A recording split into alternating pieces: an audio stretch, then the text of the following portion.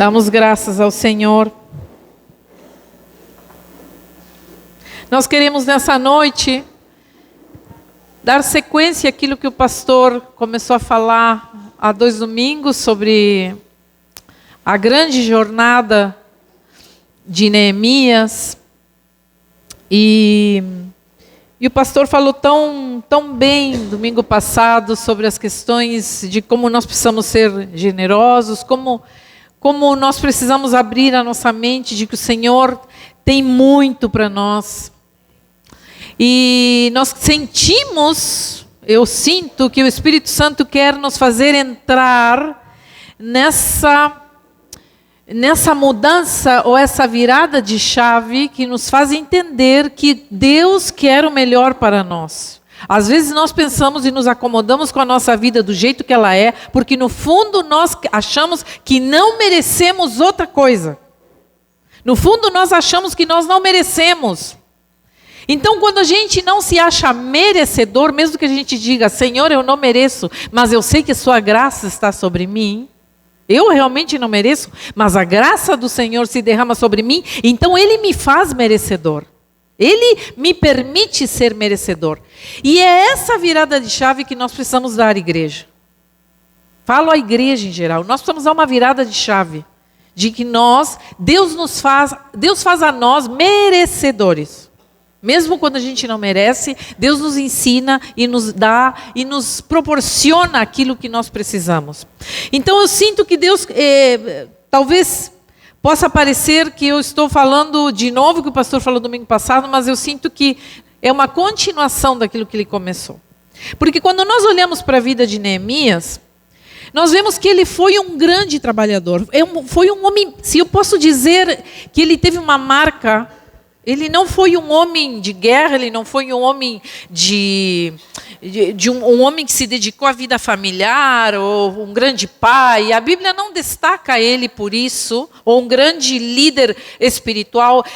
Ele tem uma marca que se chama trabalho. Ele é um homem extremamente trabalhador, um homem que não tinha medo do trabalho, um homem que doou esse dom de trabalho e colocou isso nas mãos de Deus. Então nós olhamos para a vida de Neemias, não podemos dividir, quando nós tiramos lições da vida de Neemias, nós não podemos dividir, e essa é uma das primeiras lições, quando lemos o livro de Neemias, nós vemos que nós não podemos dividir o secular do sagrado. A nossa vida, nós somos uma pessoa só, nós somos um ser integral, nós não dividimos em partes, nós somos uma coisa só. Então quando nós fazemos essa divisão de secular e sagrado, e à medida que nós vamos aprofundando na palavra, nós vamos entendendo isso, o que é secular e o que é sagrado, nós entendemos que se somos filhos de Deus, todo o trabalho é sagrado por natureza. Seu trabalho é sagrado. Você sabia disso? Você olha para o seu trabalho como uma coisa separada da sua vida espiritual. O seu trabalho é sagrado. Sabia disso? Quantos já tinham essa noção? Levanta a mão aí. Oh, glória a Deus. Então diga bem alto, meu trabalho é sagrado. Diga com convicção, meu trabalho é sagrado. Não só eu que estou aqui como pastora da igreja, o meu trabalho é sagrado. Não, nosso trabalho, já seja em qual você trabalhe, programador, dona de casa, mecânico, faxineiro, vendedor, professor, não sei, psicólogo, médico, auxiliar de enfermagem, o seu trabalho é sagrado. Já seja se você lida diretamente com pessoas ou não, seu trabalho é sagrado.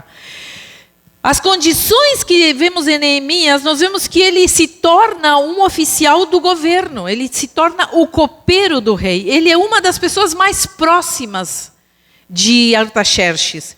E, no entanto, esse rei, ele se torna servo a serviço de um rei estrangeiro, porque Neemias não está na sua terra. Neemias é um descendente de uma família escravizada, marcada pela tragédia da escravidão, que é arrancada do meio da sua terra pelos babilônios e levado cativo. São os judeus que foram cativos até a Babilônia, levados por Nabucodonosor.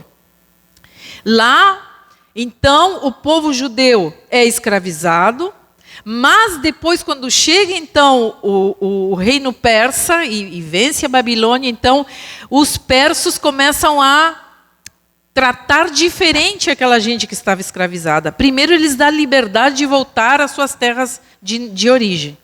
Então, uns ficam por ali mesmo, porque a vida se torna confortável e boa, próspera, num governo justo, num governo que tinha um domínio, mas ao mesmo tempo dava algumas liberdades, principalmente liberdade religiosa. Então nós vemos que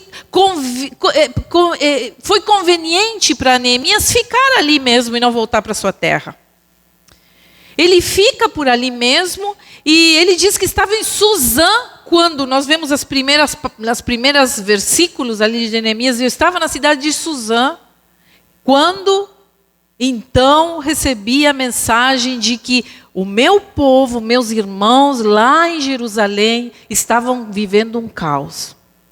E é quando ele decide, então, retornar, porque a palavra diz ali que ele, mesmo sendo um copeiro do rei, se tornado de uma família que eu acredito que ele chegou ali com seus próprios meios, depois de ascender muito e muito merecimento, porque ninguém chegava à posição que ele chegou sendo qualquer um, mas ele chegou ali por merecimento, porque ele batalhou, porque ele se mostrou uma pessoa confiável. Mas longe da sua terra, o rei permite que Neemias volte a Jerusalém. Ele recebe o aval do rei e o coloca como governador ali em Jerusalém. Agora, como se dá esse processo? E Neemias em todo momento diz: porque a bondosa mão de Deus estava sobre mim. Ele repete isso por algumas vezes. Dado a que a bondosa mão de Deus estava sobre mim. Ele reconhecia isso. Agora, nós vemos que isso que Deus deu a Neemias não foi só para ele. Neemias era um homem especial? Com certeza ele era. Mas aqui tem muita gente trabalhadora também, como Neemias. Aqui tem muita gente que empreende. Aqui tem muita gente que se dá bem trabalhando e que gosta de trabalhar. E que ganha seu sustento honestamente. Agora, nós precisamos entender que se o trabalho para nós é algo que nós entendemos como sagrado, e que é sagrado porque naturalmente é algo sagrado, porque Deus instituiu o trabalho para que a gente pudesse sobreviver nesse mundo, nós precisamos entender que há passos importantes para gerar um novo tempo de abundância quando nós acreditamos que o trabalho é algo de Deus e que ele é uma bênção na nossa vida. Mas o que acontece quando nós olhamos, às vezes, as nossas finanças? Eu não vou aqui falar de finanças diretamente, estou falando de abundância como um modo geral de olhar para a sua vida. Nós somos abundantes não só porque ganhamos dinheiro, nós somos abundantes porque nós somos pessoas integrais. Nós somos pessoas que somos abundantes em várias áreas da nossa vida. Nós não podemos medir abundância na nossa vida só porque temos um bom salário. Apesar que o mundo nos chama para isso. Uma pessoa, né, que se dá bem é aquela que tem um baita salário. A Bíblia não é assim que a Bíblia nos coloca. A Bíblia nos fala em todo o tempo que uma pessoa abundante, uma vida abundante, é quando nós deixamos fluir e nós sentimos que o fluxo da abundância, ela vai em todas as áreas da nossa vida, espiritual, material, emocional. Nós somos pessoas que nos damos bem com os outros, temos essa habilidade de nos dar bem, temos essa habilidade de ser amados pelas pessoas, e ser amáveis com as pessoas. Temos a habilidade de onde nós chegamos, gerar um ambiente de fé. Isso é uma bênção. Isso se chama abundância, é uma vida abundante. Nós temos um reflexo de algo onde as pessoas nos olham e dizem: puxa, como é bom estar perto dessa pessoa. Puxa, como é bom conversar com ela. Eu estava conversando com ela e alguma coisa em mim me tocou aqui dentro. Quando alguém te diz isso, é porque nós estamos refletindo a imagem de Deus na nossa vida e sendo abundantes naquilo que fazemos. Nós estamos passando esse espírito. Nós estamos refletindo aquilo que fomos chamados, que é ser abundante. Viver uma vida em abundância. Neemias era um homem assim. Era um homem que encontrou o favor de muitas pessoas que passaram por ele. Então, quando nós olhamos para Neemias, voltando aqui ao nosso livro, nós entendemos que a primeira coisa que se destaca nessa vida abundante de Neemias, e já ali no primeiro capítulo de Neemias, é que ele confia. Ele é um homem que confia em Deus. Totalmente em Deus. Nós vemos ali no versículo, já ali no capítulo 1, vamos abrir ali Neemias capítulo 1, aqueles que trouxeram suas Bíblias. Neemias capítulo 1 e versículo 4, para a gente estar ali também refletindo sobre o que está escrito. Neemias capítulo 1 e versículo 4 diz assim, se você quiser só ouvir também tudo bem. Quando ouvi essas coisas, quando ele soube que seu povo ainda estava cativo, que seu povo estava vivendo um caos, que lá em Jerusalém as portas estavam queimadas e os muros estavam destruídos, e isso significava ser uma cidade humilhada na frente das outras nações, porque toda a cidade forte tinha muros e portas bem fechadas, tinha uma proteção boa. Jerusalém estava totalmente vulnerável a qualquer ataque. Então Neemias diz assim, quando ouvi essas coisas, sentei-me e chorei. Passei dias lamentando-me, jejuando e orando ao Deus do céu. Então eu disse, Senhor, Deus dos céus, grande Deus e temível, fiel aliança e misericordioso com os que te temem e te amam e obedecem os teus mandamentos, que os teus ouvidos estejam atentos e os teus olhos estejam abertos para a oração que o teu servo está fazendo diante de ti dia e noite, em favor dos teus servos, o povo de Israel. Confesso os pecados que nós, os israelitas, temos cometido contra ti. Sim, eu e o meu povo temos pecado. Neemias se derrama em oração, diz que ele vai direto jejuar e orar quando ele sabe do caos que estava sendo vivido lá longe daquele lugar. Para ele estava muito bem ali, ele estava bem cômodo na sua posição de copeiro, ele era um cara privilegiado. Neemias já era abençoado, já era um homem abençoado, mas sabia que algo faltava. E faltava ali o olhar para fora da sua necessidade, da sua própria necessidade. Era o momento em que Deus estava trazendo a oportunidade dele olhar um pouco para fora de si e olhar a necessidade dos outros. Neemias sabia que o mesmo Deus que o tinha colocado em um lugar privilegiado, também agiria em favor do povo não privilegiado. Ele tinha essa certeza. Quando ele se coloca a orar, ele sente que esse privilégio não seria só seu, mas seria estendido ao povo de Israel, que estava lá em Jerusalém. E ele então começa uma campanha de jejum e oração. Primeiro por uns dias, mas depois isso se estende por 4 longos meses.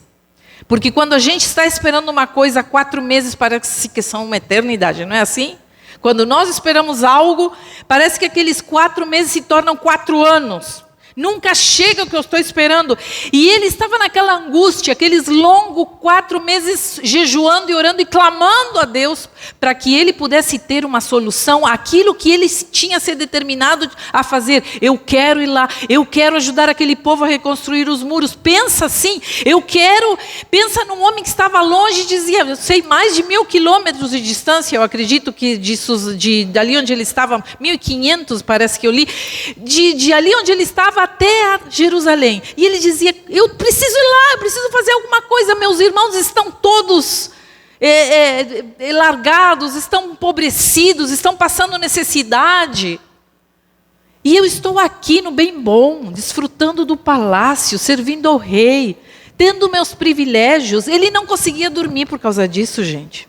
E ele começa a clamar, e a primeira coisa que ele faz é começar a pedir perdão. Senhor, se nós chegamos aqui onde nós estamos, nesta miséria, Se nosso povo chegou até aqui nesta miséria porque nós pecamos contra ti, realmente eles tinham sido tremendamente desobedientes. Tremendamente rebeldes com Deus para chegar nesse ponto. Deus por muitas vezes tentou se relacionar e dizer, gente, olhem para mim, parem, deixem, abandonem isso. E o povo não estava nem aí. O povo não queria saber nada com Deus. Então eles terminam sendo levados cativos até a Babilônia. Deus permite isso para tratar com o povo. Queridos, eu queria dizer uma coisa a nós que ficasse claro para nós nessa noite. Nem todo problema que chega na nossa vida, aliás, todo problema e toda coisa negativa que chega na nossa vida, quando nós estamos debaixo da mão de Deus, quando nós entendemos que Deus tem um propósito sobre nós, Ele nunca vem para nos destruir, Ele vem para nos ensinar. Ele vem para que a gente fique mais forte, Ele vem para que a gente se erga, Ele vem para que a gente confie no Deus que nós servimos. A doença não vem senão com esse propósito também.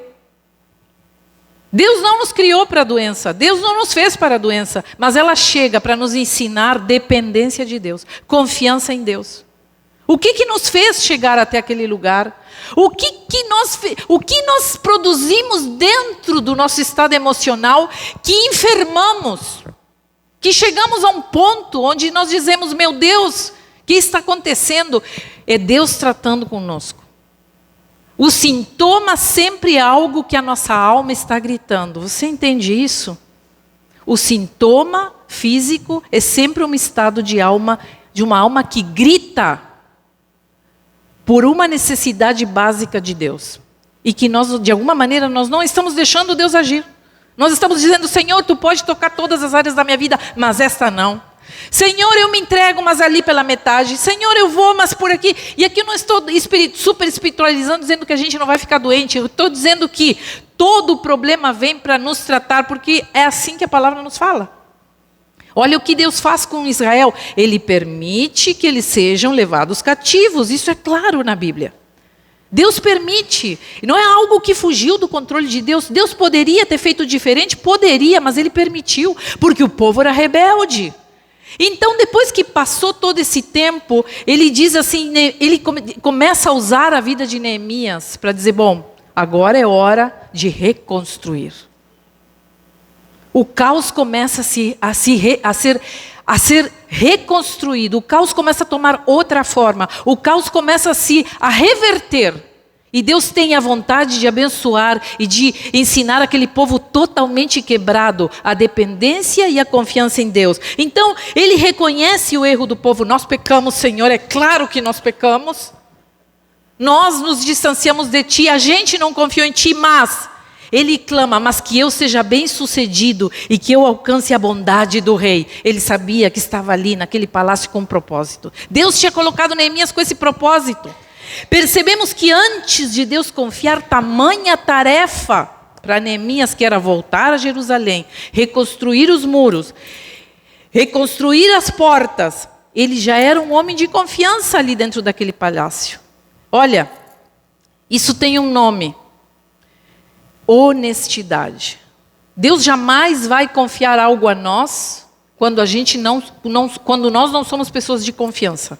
Neemias, Deus confia a tarefa a Neemias porque antes disso Neemias já tinha se tornado um homem de extrema confiança do rei. Sabe por quê? Porque de Neemias dependia a vida do rei. O copeiro era responsável por provar toda a comida que chegava à mesa do rei. Para quê? Para que ninguém o envenenasse. Olha a confiança que esse homem precisava ter em Neemias. Ele se tornava, diz a Bíblia que o copeiro era até conselheiro do rei. Por momentos havia conversas entre eles. Era um homem que estava todo o tempo do lado do rei. Então, Neemias desenvolveu esse caráter de honestidade e confiança. E eu digo assim que quem é honesto, e era uma marca que Neemias tinha, não tem medo de não ter. Quem é honesto não tem medo de faltar. Quem é honesto não tem medo de perder. Quem é honesto não tem medo da miséria, porque esta jamais vai lhe alcançar. Jamais vai lhe empobrecer. Porque a Bíblia nos garante e nos diz isso. Tem um versículo que diz: o justo jamais mendigará o pão.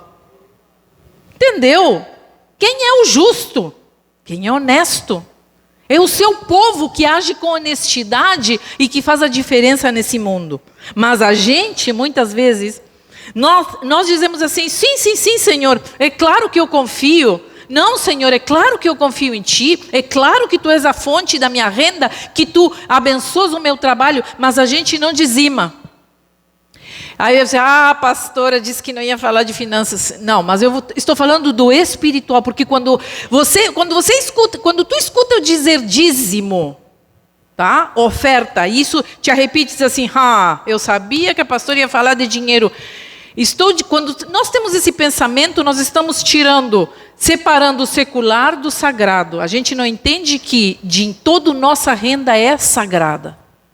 Tudo aquilo que Deus dá à nossa mão para viver nesse mundo é sagrado. Todo o trabalho é sagrado. Nossa vida financeira é sagrada. Quando nós achamos que o nosso dízimo não é sagrado, por quê? Porque a gente não dá porque tem medo que nos falte. Nós dizemos assim: não vou dar o dízimo, vai me faltar. Eu não vou dar o dízimo, porque eu vou chegar lá no final do mês e aquele dinheirinho vai me fazer falta. Nós não dizimamos e não ofertamos, e às vezes nós dizimamos, mas não ofertamos. Eu já dizimo, para que eu vou ofertar? Só que a oferta também faz parte de um coração grato ao Senhor. Porque a oferta é aquilo que nós damos segundo o Deus coloca no nosso coração. É algo que não está estipulado, dizer, é aqueles 10%. Não, é um dinheiro que Deus nos toca num determinado momento e a gente tem vontade de doar aquele dinheiro. Então a oferta, nós olhamos a oferta e dizemos assim: eu não tenho para dar. Meu dinheiro é tão certinho.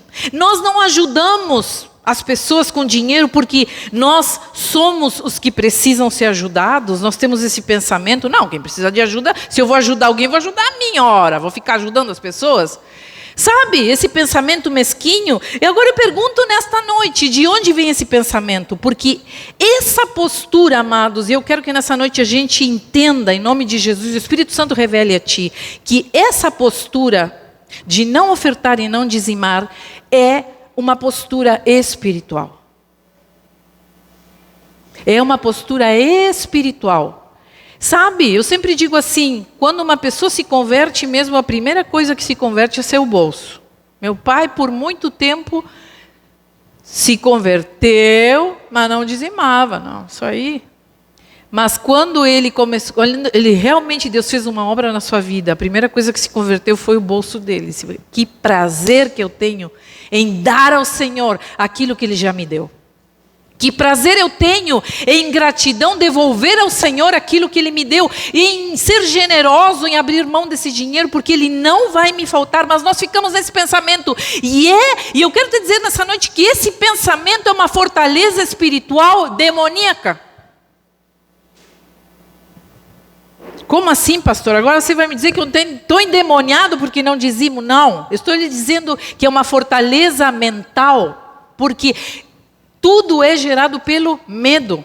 Nós temos medo que nos falte, nós temos medo, pavor de ficar sem dinheiro. Nós vivemos contando os nossos pilinha, vivemos contando, vá que nos falte. Deus o livre me faltar o arroz, o açúcar e o feijão na despesa. Deus o livre. Eu não ter o dinheirinho para botar minha gasolina para trabalhar. Queridos, de onde vem esse medo, se não das crenças que nos limitam? Nós temos várias crenças que nos limitam. E elas estão sempre tocando que nem uma fita na nossa cabeça. O que falaram para nós? O que nos ensinaram sobre finanças, sobre dinheiro? O que nos ouvimos sobre dinheiro na nossa casa? De repente você foi criado por um pai que dizia assim, devo não nego, pago quando puder. É uma filosofia de vida, comprar e não pagar, ficar devendo. E tem gente ainda que calcula assim, olha que pensamento demoníaco, que calcula assim: eu vou me endividar, não vou pagar, vou esperar uns 10 anos, 5 anos essa dívida caducar, e depois eu de novo limpo o meu nome, não pago nada e continuo fazendo dívidas pela vida. E eu conheço muita gente que passa nesse ciclo de endividamento e nome sujo na praça.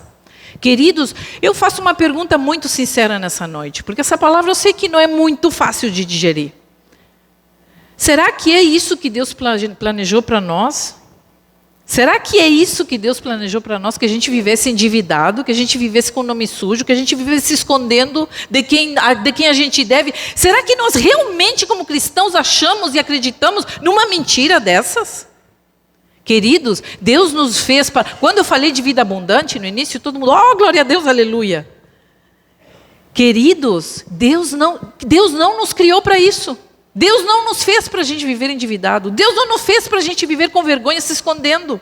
Deus não nos fez para a gente não ter. Deus nos fez para que a gente vivesse uma vida em abundância. Mas nós ouvimos em casa, o dinheiro é sujo.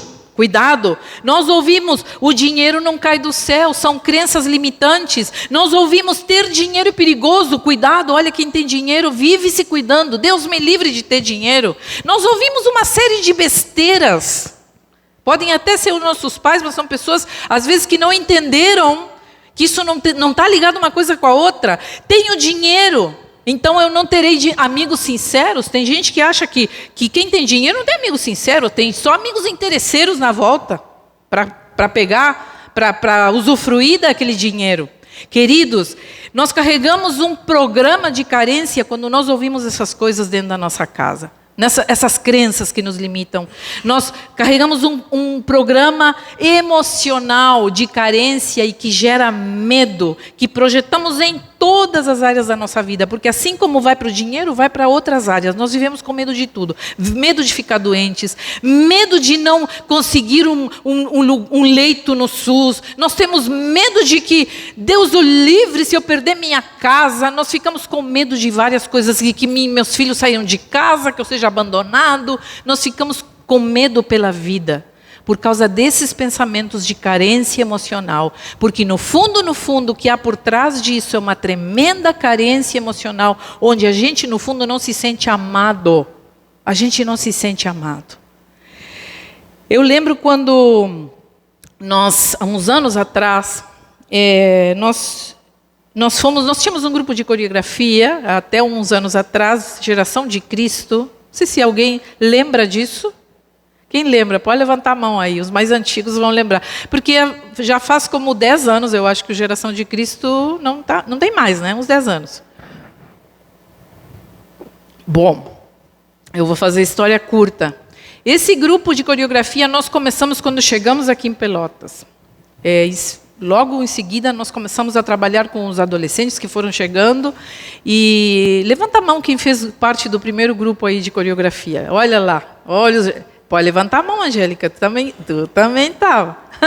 Esses eram os jovens, né? Os adolescentes que chegaram aqui e nós queríamos muito que eles se sentissem parte dessa obra e que eles já começassem a se engajar no trabalho. Então nós criamos esse grupo que colocamos Geração de Cristo. Então, esse grupo nós começamos um trabalho sério com eles e esse grupo começou a crescer e cada vez os guris dançavam melhor e cada vez eles iam se apresentar e as pessoas, meu Deus, que grupo abençoado e não sei o quê. E ele começou a crescer de tal maneira que nós fomos num congresso, depois de alguns anos de muito trabalho, né? Muito trabalho. Imagina que quando nós começamos o grupo de coreografia, minha filha Brenda tinha só 2 aninhos e ela fazia parte dele, e ela fazia os passinhos já na frente, porque eu não tive como dizer para ela, minha filha, tu é muito pequena, mãe, eu quero dançar, dizia ela. Eu disse, bom, então dança. Ela dançava bem pequenininha, bem na frente. Quando isso que eu vou contar, minha filha tinha 8 anos quando isso aconteceu. Esse grupo recebeu um convite para ir aos Estados Unidos, em Indianápolis, se apresentar num congresso do Aglow, um congresso internacional que era um congresso, sabe, que vinha 150 nações naquele congresso, mais de 10 mil pessoas dentro daquele congresso, dessa conferência enorme. Então, eles foram convidados para se apresentar todos os dias lá, ministrar através da dança. Aquilo nos tomou de tanta surpresa, porque a maioria era daqui, desta igreja, empobrecida, desta igreja sem recursos. Mas nós recebemos uma palavra que Deus nos disse assim: vão, porque eu vou enviar o recurso para vocês estarem lá. Nós não tínhamos nem dinheiro para fazer um uniforme para os guris. Pensa que era uma pindaíba, gente. Nós puxava daqui e daqui, e nós conseguíamos fazer uma camisetinha que dizia Geração de Cristo, era esse o nosso uniforme. Mas nós tínhamos o desafio de fazer uns uniformes bonitos para a gente ir lá, louvar Deus lá. E nós não tínhamos nem dinheiro para passagem, os guris tinham que tirar passaporte. Gente, vocês não sabem o quanto dinheiro isso demandava, e nós não tínhamos nenhum real. Mas nós tínhamos uma palavra de Deus: comecem porque eu vou abençoar. Então, debaixo dessa palavra, nós começamos a trabalhar. Muita roda de carreira nós fritamos aqui nesse lugar, porque nós não tínhamos a cozinha, fritávamos ali na frente da porta. E nós começamos, e Deus começou a enviar os recursos. As pessoas começaram a dizer: eu quero abençoar vocês, tomem. Eu senti, Deus me falou que eu tenho que mandar um dinheiro para esse grupo. E aí começava a chegar o dinheiro de gente de outros lugares, que começaram a nos mandar. Gente, quando nós quisemos ver, nós tínhamos todas as passagens. Eram 8 meninos que viajaram. Nós tínhamos as passagens dos 8 guris, mais as passagens nossas que tínhamos que acompanhar eles, mais o uniforme e os passaportes, e mais, a única coisa que a gente não tinha era dinheiro para comer lá. Hotel a gente conseguiu. E agora, como comemos lá? Não sei, diziam os guri. E os guri, naquele entusiasmo, pastora, vão passar uma semana sem comer, não tem problema. Digo, guri, vocês não sabem o que é. Eles tinham uma empolgação tão grande que eles não se importavam se não iam comer. Então, nós, diante dessa coragem que eles tomaram, dessa coragem que eles foram investidos, nós fomos até Indianápolis. Vocês não têm ideia quantas palavras negativas nós ouvimos durante todo esse tempo. Muitas. Nós tivemos um ano de gente rindo da gente, de gente ridicularizando que a gente nunca ia conseguir chegar lá, de gente dizendo que nós estava louco, que nós estava botando pilha nos guri, que não ia dar certo, que os guri iam ficar depois traumatizados com uma coisa que não ia dar certo. Resumo da coisa: nós fomos. Chegamos lá, nós tivemos dinheiro para comer todos os dias, porque os irmãos do Aglow pegavam os 8 guris, vamos lá no restaurante. E o restaurante, sabe, fino. E os guris pareciam os marajá, sabe né? Aquelas comidas abundantes que os pobres dizem: meu Deus, pastor, eu nunca comi isso. Coma, meu filho, é bênção de Deus. Então, depois daquela experiência ainda, sabe o que as irmãs do Aglow faziam? Elas chegavam nos guris, eu nunca vou me esquecer, gente, porque elas passavam, se tem uma coisa que eu aprendi, generosidade, foi trabalhando para o Aglow. Que mulheres generosas, que mulheres que me ensinaram lições de vida. Eu louvo a Deus por esse ministério. Porque elas passavam pelos guris e pegavam os dólares e faziam, e a gente não entendia o que elas falavam. Botavam dinheiro no bolso dos guris. Os guris saíam dos cultos cheios, bolso cheio de dólar.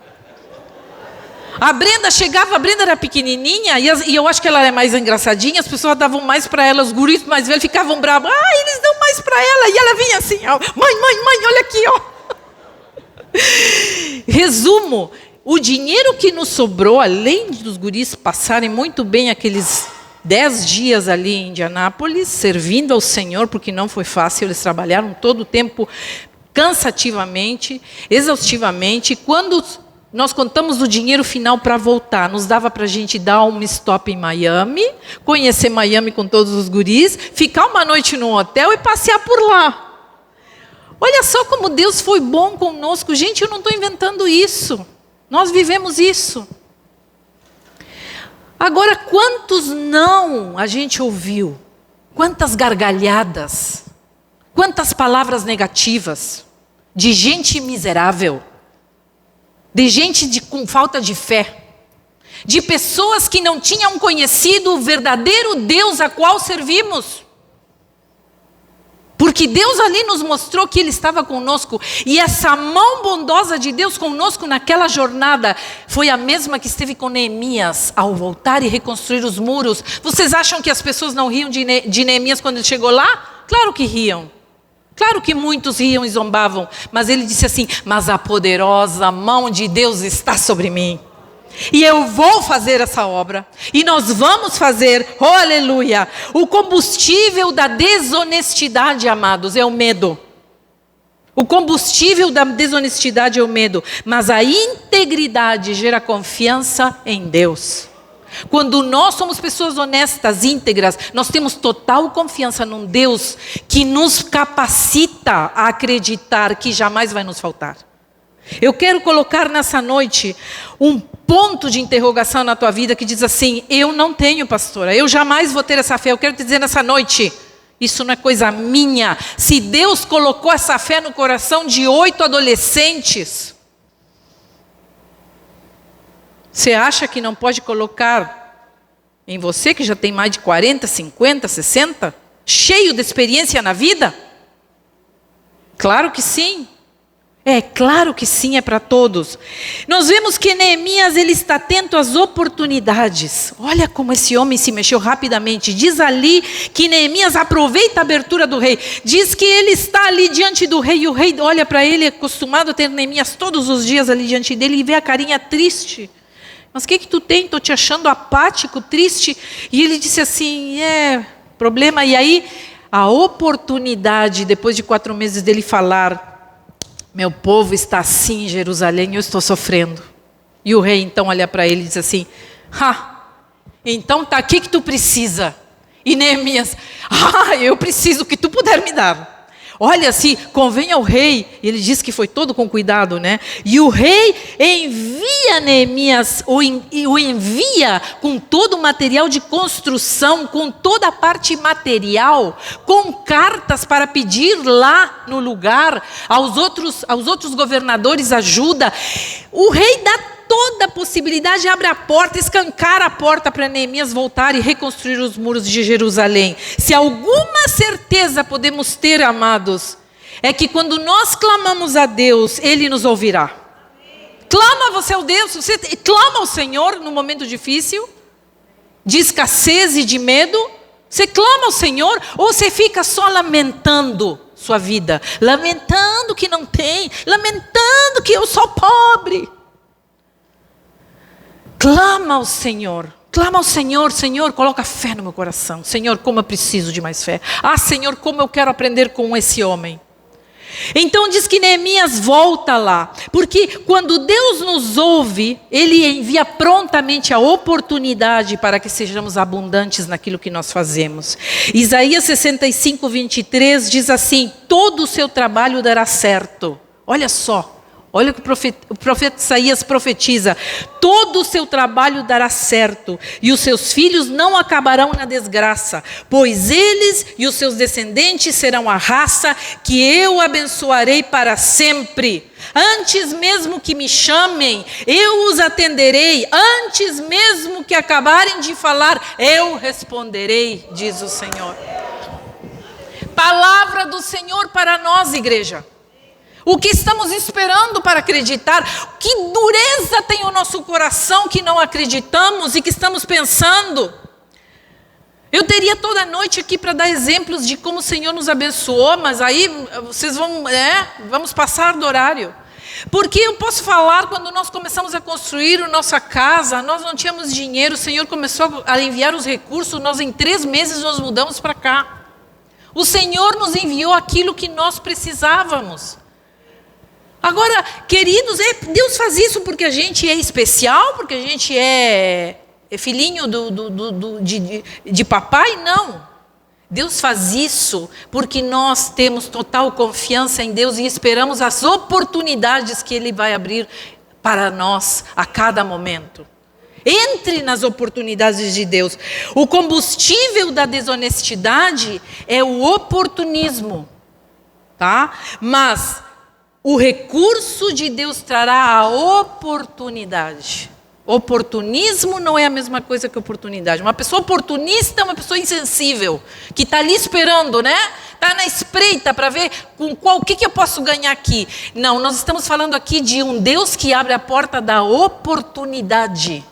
Como foi com Neemias. Neemias não foi um oportunista. Ele simplesmente foi esperto. Abriu a porta. É assim, Senhor, é por aqui que eu vou entrar. Porque a bondosa mão de Deus estava sobre ele. Aleluia! E como ele não agiria senão com justiça? E aí nós entendemos a terceira lição que nos traz a vida de Neemias. Quando falamos de abundância, ele confia, ele entra na oportunidade, abre a porta, ele entende por onde tem que abrir a porta da oportunidade, de onde vem a oportunidade, e ele age com justiça. É um homem justo, como toda pessoa honesta, é um homem justo. Sabe? Neemias age em equilíbrio. Quando chega àquele lugar, ele vê as pessoas todas prostradas, aquele caos naquela cidade, mas ele começa a organizar o povo e alentar o povo. Gente, a poderosa mão de Deus está sobre mim. Eu vim com cartas, eu vim com material, nós vamos reconstruir essa cidade. Ele começa a dar ânimo para as pessoas e todo mundo começa a se mover. E diz que cada um, ele começa a repartir as famílias, os sacerdotes, os líderes, o povo, começa a repartir nas muralhas para que cada um faça um pedaço, reconstrua uma porta. Então ali você vai ver em Neemias, diz, família de tal, a família de fulano de tal reconstruiu a porta tal e os muros, tantos metros, não sei o que, você vai ver cada detalhe ali registrado. Ele engaja todo o povo nessa reconstrução, porque ele não chegou lá como super-homem. Gente, olha só, chegou aqui o super-homem, super Neemias, vamos reconstruir a cidade. Não. Ele diz, Deus me deu uma visão, mas eu preciso que todo mundo se engaje. Porque esse trabalho é nosso, esse não é só meu. Não é uma responsabilidade só minha. Então ele começa a engajar na reconstrução todo mundo. E isso vai para as donas de casa. Pare de querer fazer tudo dentro da sua casa. Sabe, a mulher orquestra, lava a roupa, estende roupa, arruma a cama, faz comida, vai no súper, paga as contas, varre a calçada, bota o lixo para fora, cuida dos netos, cuida dos filhos. Cuidado. Você precisa aprender a redistribuir o trabalho em casa. Os filhos precisam participar disso aí. Sabe por quê? Porque quando nós não deixamos as pessoas que estão em casa trabalharem, nós nos tornamos pessoas desequilibradas. E às vezes nós estamos impedindo o fluir da abundância nas nossas famílias porque nós queremos fazer tudo. E sempre tem 2 ou 3 olhando TV lá no celular, deitadinhos, dormindo até não sei que horas. Porque eu estudo. Sim, estuda, mas come aqui na minha mesa. Estuda. Mas eu quero um smartphone. Quanto custa o smartphone? Uns 5 mil, 6 mil. Da onde vai sair isso? Não sei. Sim, filhinho, claro que a mãe vai te dar. Coloque seu filho para trabalhar. Tu quer o smartphone? Trabalha. Trabalha. Vai limpar uns vidros. Em casa eu faço assim. Por R$50, quem me limpa todos os vidros dessa casa, mas todos os vidros lá do fundo, que não é pouco. E aí sempre tem um que diz, eu estou precisando de 50 pila, então vai. Tem um cachorro para lavar, quanto paga, mãe? Posso pagar uns 25, é pouco, tá 30, toma, vai lava o cachorro. É assim que funciona lá. Filho tem que trabalhar. Não crie seu filho uma ameba, que não sabe fazer nada. O filho precisa aprender a lição do trabalho. Então Neemias chega, diz que tem uma história tão linda, numa das partes das muralhas, porque diz que um dos sacerdotes é ajudado pelas 2 filhas dele, 2 mulheres reconstruindo. Eu gosto dessas mulheres. Eu gosto das mulheres que pegam o martelo, que pegam a furadeira, que pegam, pintam uma parede. Eu gosto. Diz ali Neemias, e as filhas de fulano também o ajudaram na reconstrução das muralhas. Glória a Deus, aleluia. Que coisa boa, quando nós vemos a família inteira se apoiando. Eu sempre digo em casa, gente, aqui nós somos uma equipe. Eu e o pastor falamos sempre os filhos, nós somos uma equipe. Nós precisamos andar como tal. Quando a mãe não pode, vocês cozinham. Quando a mãe precisa sair, vocês estendem uma roupa, vocês vão no super, vocês fazem alguma coisa, e é assim que nós vamos andando. Porque em desequilíbrio nada vai adiante. Então, nós vemos Neemias chegando a Jerusalém e constatando um povo que estava sendo extorquido pelos próprios irmãos, um povo injusto. E Neemias, vamos parar com isso. Vamos entrar aqui, vamos fazer justiça, isso não é justo. Neemias se torna uma pessoa generosa ali no meio também, porque ele diz que todos os dias ele matava um boi e na sua mesa tinha mais de 150 pessoas para comer com ele todos os dias. Olha que homem de coragem, que homem abundante que era Neemias. E queridos, nada mais injusto do que a nossa mesquinharia. Porque a mesquinharia, queridos, interrompe o fluxo da abundância. Quando nós estamos contando os pila, ai, quanto será que eu vou economizar nisso? Que seja 5 centavos, ai, que coisa boa. Sabe, essa mesquinharia de que nós estamos contando, sabe, tudo, essa mesquinharia de que eu não posso ajudar, eu não posso, porque eu não tenho, interrompe o fluxo da abundância. Nós precisamos ser abundantes aqui. Nós precisamos aprender o sentido de que Deus quer nos abençoar. Então não significa que eu vou dar para receber, mas eu recebo e por isso eu dou. Porque eu recebo muito de Deus, é que eu dou. E por que dou? Para que dou? Dou porque eu não quero me apegar às coisas. Eu não quero ser uma pessoa mesquinha apegada às coisas materiais. Isso é meu, ninguém toca. Nós precisamos ter essa liberdade. Olha, queridos, quando nós olhamos para Jesus, e eu já estou encerrando, nós vemos um homem extremamente, como homem que andou na terra, um homem extremamente abundante. Nele, abundância e desprendimento eram a tônica. Porque nós vemos que a palavra diz que Jesus não tinha onde repousar sua cabeça. E muita gente se agarra nesse versículo para dizer que nós temos que ter que andar perdendo sempre os pedaços. Ah, porque Jesus não tinha onde repousar a sua cabeça. Sim. Ele realmente... Mas sabe o que Jesus quis dizer? Eu interpreto assim, que ele não tinha onde repousar a sua cabeça, ele quis dizer que ele não tinha bens materiais. Ele não guardava nada, não tinha nada no seu nome, ele não juntava riquezas. Mas se nós olhamos para a vida de Jesus, em nenhum momento lhe faltou absolutamente nada. Jesus sempre teve tudo o que precisou. E tão abundante era, que ele simplesmente tratou o dinheiro como uma coisa fácil. Ele diz que em determinado momento, Pedro vem com ele, os discípulos, e eles têm que pagar um imposto, eles não tinham dinheiro, e Pedro diz assim, o mestre, estão nos dizendo que a gente tem que pagar um imposto. E ele diz assim, tá bom, então vai lá pescar um peixe lá, abre o peixe que lá dentro vai achar moeda. Lembra dessa passagem? Me diz se isso não é a coisa... Jesus não trata isso como uma coisa assim, fácil. Ele pega um peixe, abre a barriga dele e lá dentro tem uma moeda. E diz que realmente foi o que Pedro fez. Pescou o peixe, abriu a moeda e lá estava a moeda para pagar o tributo que eles precisavam. E tem momentos que parece que Jesus é até irônico, sabe? Porque olha só o que ele permite. Aí quando vemos a multiplicação dos pães, 5.000 pessoas. Gente, não foi pouca coisa, não foi um jantarzinho para 20, nem para 100. Jesus multiplica para 5.000 pessoas. Uns peixinhos e uns pãozinhos.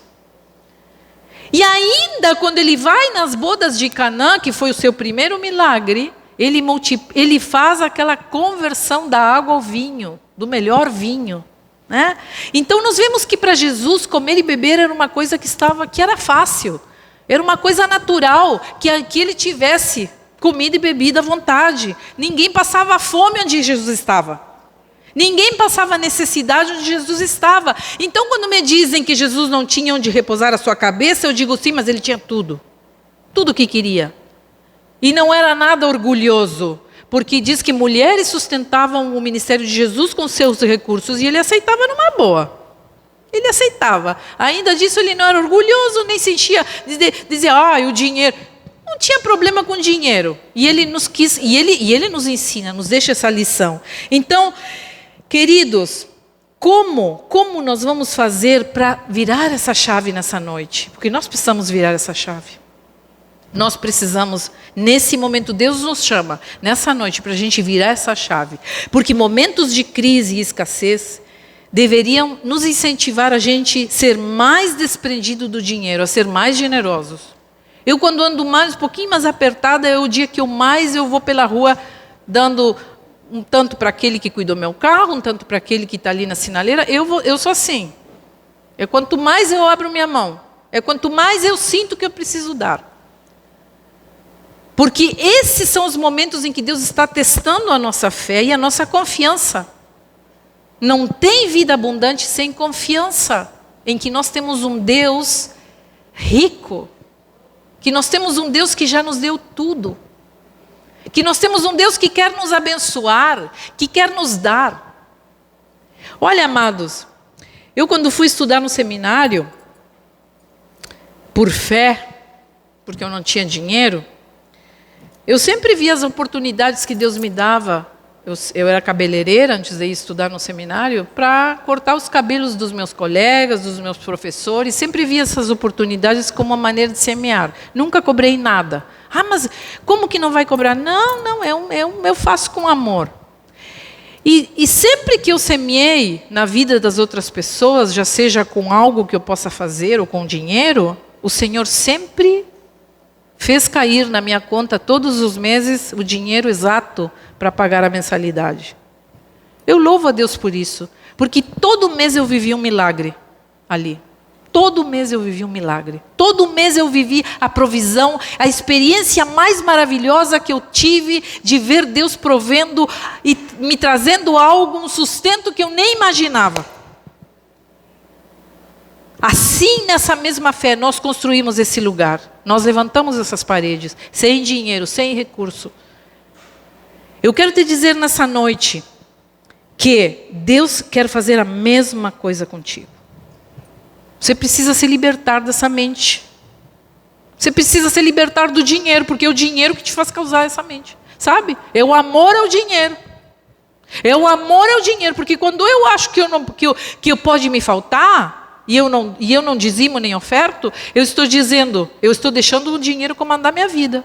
Eu estou colocando ele num pedestal. Meu Deus, eu quero que nessa noite o Senhor faça uma obra na tua vida. Eu sei que muita gente é fiel aqui, mas a minha pergunta é: tu és fiel e abundante? Porque é isso que o Senhor quer fazer nessa noite. Fidelidade vinculado à abundância, em nome de Jesus. Em nome de Jesus. Sabe? Então começa a tirar da tua boca algumas frases. Eu não tenho, eu não posso, não consigo. Olha, eu fiquei tão feliz. Nessa semana, o número de pessoas que vão na excursão a Gramado já foi para quase 50 somos. Cada semana tem um povo que se junta a nós por fé. Eu sei que é por fé. Mas eu tenho dito, o Senhor proverá. Você acredita nisso? Sim? Então vamos ficar de pé nessa noite. Eu quero que nós nessa noite façamos esta oração, para que Deus transforme os nossos pensamentos, para que Deus nos dê aquela virada de chave, que nessa noite nós possamos colocar toda a nossa confiança em Deus. E a nossa confiança em Deus começa com a gente sendo honestos. Nós precisamos praticar honestidade, igreja. Sabe? Deus não vai abençoar as nossas vidas enquanto nós não formos pessoas honestas. Dentro dessa honestidade é nós termos as nossas dívidas pagas. Todas. Todas. Porque tu achas que o Senhor não vai te prover para pagar a dívida? O Senhor já proveu. É só tu te organizar, em nome de Jesus. Então eu quero fazer uma oração nessa noite, porque isto é espiritual. Eu sei que na tua cabeça está passando uma coisa assim, não tem nada a ver com o espiritual. Eu te digo em nome de Jesus, tem tudo a ver com o teu espiritual. Tem tudo a ver com o teu espiritual. Porque olha como nos tira a paz a falta de dinheiro. Olha como nos tira a paz quando a gente tem que pagar uma coisa e não tem dinheiro. Olha como nos tira a paz quando a gente quer fazer algo e não tem. Eu quero orar nessa noite por pessoas que estão nessa situação. Aqui não estou dizendo, passem aqui os que estão endividados. Não. Passem aqui os que não têm. Não, eu quero quero chamar nessa noite as pessoas que querem virar a chave e começar a viver outra coisa com Deus. Sabe? Viver a bondade de Deus, viver a generosidade, prática da generosidade. Ah, mas eu já sou generoso. Pois eu mais ainda. Ah, eu quero ter mais fé, pastor, me falta fé. Pois é aqui que nós vamos começar nessa noite a trabalhar isso. O Senhor começa a trabalhar, mudar esses pensamentos. Sabe? Porque a bondade de Deus tem nos acompanhado em todo momento. Deus tem sido fiel. Deus tem sido fiel, igreja. Olha como Deus tem sido fiel a nós. Oh, Senhor, aleluia. Oh, glória a Ti. Quantas lições, Senhor. Quantas vivências. Vamos cantar nessa noite. Vamos fechar os nossos olhos. Aleluia.